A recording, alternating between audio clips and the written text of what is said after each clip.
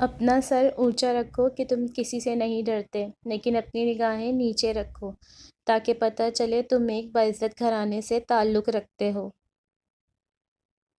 نیک بننے کے لیے ایسی ہی کوشش کرو جیسی کوشش خوبصورت دکھنے کے لیے کرتے ہو۔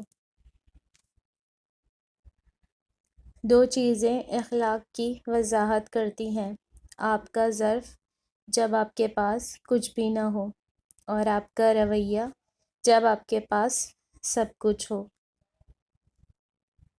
بے شک اولاد ہر کسی کو پیاری ہوتی ہے۔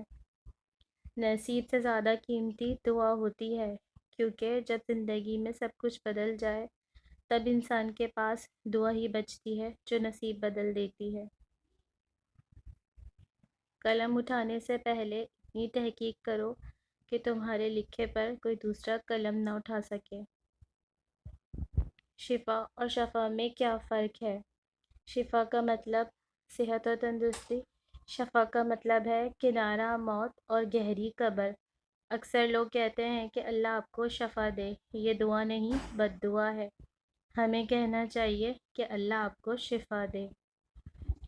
ایک دن سونے نے لوہے سے کہا، ہم دونوں ہی لوہے کی ہتھوڑی سے پیٹے جاتے ہیں، پر تم اتنا چلاتے کیوں ہو؟ لوہا: جب اپنا ہی اپنے کو مارتا ہے تو درد زیادہ ہوتا ہے۔